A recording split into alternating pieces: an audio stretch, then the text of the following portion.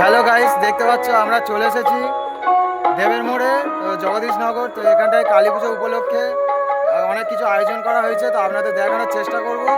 চলো মন্দিরের সামনে আমরা যাচ্ছি।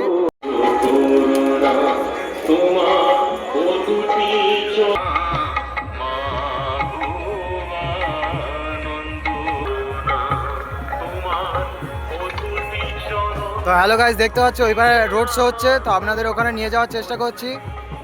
কিরকম আওয়াজ হচ্ছে তো আপনাদের দেখাবো, তো চলো।